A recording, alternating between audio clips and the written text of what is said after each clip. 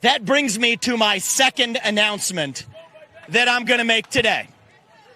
This is an announcement of a letter that my campaign has sent to every other campaign in this race, to Mike Pence, to Nikki Haley, to Larry Elder, to RFK Jr., to Marianne Williamson, to Doug Burgum, to Perry Johnson, to Chris Christie, to Ron DeSantis, the governor of the state where we are today, who by any measure is not here today in his own state. I will tell you that we have sent this letter, and I'm happy to announce this is my commitment on January 20th, 2025, if I'm elected the next U.S. president, to pardon Donald J. Trump for these offenses in this federal case.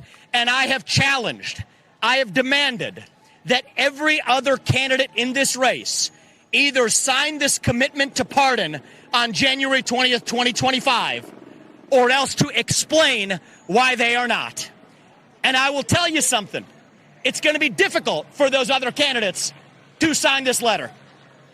The reason it's going to be difficult for them is the same reason it's difficult for me. The donor class has been calling every Republican candidate and telling us to stay away from this, not to touch it from a 10-foot pole, not to just keep your distance away for Trump. That is what the donor class is telling us. That's what they're telling the other candidates. I refuse to abide by being a disciple of the donor class. I think that we need to declare independence from our donor class in the Republican Party. That is why I challenge every one of the other candidates to actually act on their convictions. If you're not going to pardon President Trump on January 2025, you deserve to say why, and we will hold you accountable, just as we're holding the Biden administration accountable.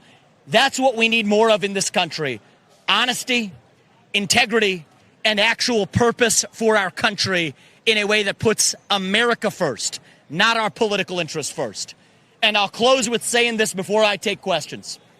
It would be a lot easier for me as a Republican candidate in this race if Donald Trump were not in it. But I don't want to win this election, unlike others, by eliminating our competition, by a federal administrative police state arresting my opponents. I want to do it the way that our founding fathers believed we should have, starting in 1776. That it is the people of this country, where every person's voice and vote counts equally. That is how we decide who governs this country, not by a federal administrative police state. And I challenge the Biden administration with this FOIA request. I challenge my fellow contenders in this race with this commitment letter to say that we will pardon Trump on January 20th, 2025, and nobody, either Biden or the other contenders in this race, are going to be able to hide from that truth.